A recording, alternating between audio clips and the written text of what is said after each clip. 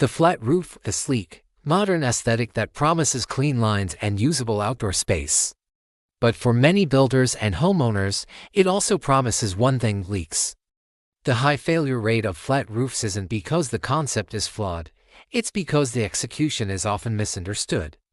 A successful flat roof isn't a single product you buy, it's a meticulously engineered system of layers, each with a specific job, working in perfect harmony. And the first, most critical secret is this: a flat roof is never, ever truly flat. In this video, we're going to move beyond the basic diagrams and dive into the applied physics of flat roofs. We'll break down the three fundamental types: cold, warm, and inverted, and explain the pros, cons, and perfect applications for each. You'll learn how to design for positive drainage, select the right membrane for your climate, and detail the flashings that are the true make or break points of the entire assembly. By the end, you'll see a flat roof not as a simple slab, but as a complex, high-performance building envelope that demands respect. Let's start by shattering the biggest misconception: the name. We call it a flat roof, but what we are actually building is a low-slope roof. The absolute, non-negotiable requirement for any flat roof is a minimum slope, or fall, to direct water towards drains or scuppers. The International Building Code typically mandates a minimum of 1/4 of an inch per foot, which is a 2% slope. Without this slope, water will pond, and ponding water is public enemy number one for flat roofs. It dramatically increases the dead load on the structure. It accelerates the degradation of the waterproofing membrane through UV exposure and freeze-thaw cycles. And it will eventually find the tiniest pinhole to seep through. How do we create this slope? There are two primary methods. First, you can slope the structural deck itself, which is the most robust solution, often done with tapered steel beams or by setting the supporting walls at different heights. Second, and more common in renovations, is to use tapered insulation. This involves laying rigid insulation boards that are manufactured with a precise slope, creating the necessary fall on top of a truly level structural deck. A pro tip from site engineers is to always perform a water test after the deck is prepared. And before the membrane is installed, spray the deck with a hose and watch where the water goes. If you see standing puddles after 24 hours, you have a drainage problem that must be fixed immediately. Now, let's dive into the core of the system, the insulation placement, which defines the three main types of flat roofs. First, the cold roof. In this traditional system, the insulation is placed below the structural deck, inside the ceiling cavity. This means the deck itself, and everything above it, is cold. The big problem: the cold deck causes any water vapor from the warm, moist interior or below to rise, meet the cold underside of the deck, and condense. This leads to rotting decking, corroded steel, and mold growth, all hidden from view until it's a major problem. Because of this chronic condensation risk, cold roofs are largely obsolete and not recommended for new construction in most climates. The modern standard for most projects is the warm roof.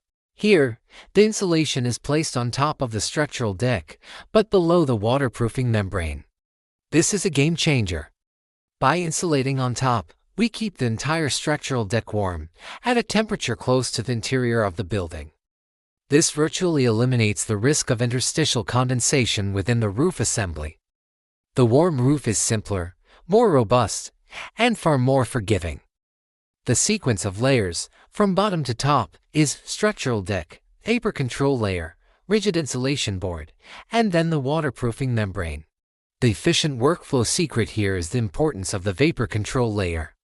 It's a crucial barrier, typically a sheet of polyester reinforced bitumen or a specialized membrane, that prevents any residual interior moisture from migrating up into the roof assembly where it could get trapped.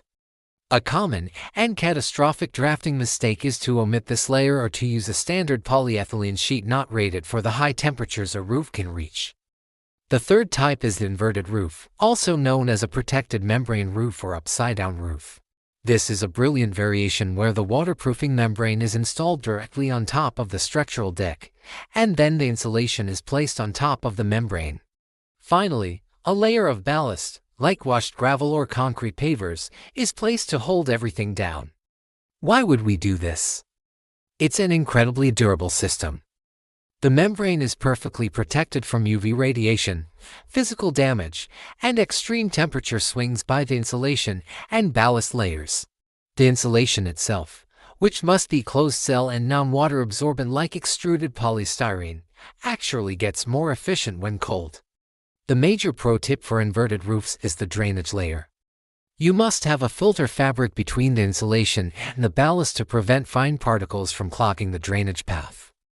This system is excellent for green roofs or rooftop terraces but requires a stronger structure to support the significant weight of the ballast.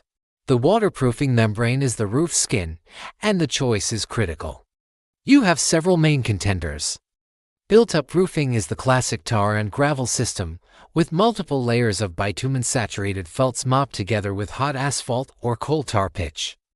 It's time-tested but requires skilled labor and has strong odors during application. Single-ply membranes are the modern favorite. EPDM is a synthetic rubber, known for its durability and flexibility, typically installed in large sheets with adhered or ballasted seams. PVC and TPO are thermoplastic membranes, famous for their heat-weldable seams, which create a monolithic, incredibly strong bond that is often more reliable than glued or taped seams. TPO, in particular, with its white, reflective surface, is excellent for improving energy efficiency in hot climates. A common on-site mistake is to install these membranes on a dirty or damp substrate, or in windy conditions, which can prevent proper adhesion and lead to seam failure, the primary source of leaks in single place. Why systems? Finally, we have the details, and with flat roofs, God is in the details. The field of the membrane is rarely the problem. The leaks almost always occur at the terminations and penetrations. The parapet wall flashings are a critical zone. The membrane must extend up the wall and be terminated with a metal counterflashing that is embedded and sealed into the wall. There must be a cant strip, a slope filler, at the base of the wall to prevent a sharp, 90-degree bend in the membrane that would be a stress point. All penetrations, from plumbing vents to hood curbs, require meticulously detailed pitch pockets or prefabricated flashing boots that are sealed and integrated with the main membrane. A pro tip is to never, ever rely on sealant as the primary waterproofing layer. Sealant is a maintenance item that will eventually fail. The primary waterproofing should always be a mechanically fastened or fully adhered membrane detail. To summarize the key takeaways: 1.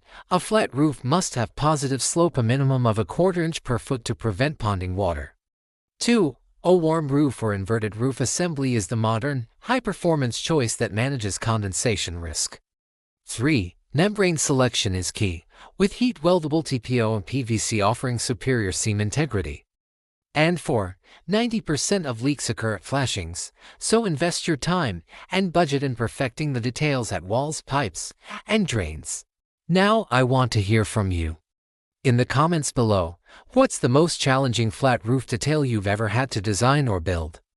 Was it a complex parapet intersection, a massive rooftop unique curb, or something else? Your field experience is invaluable.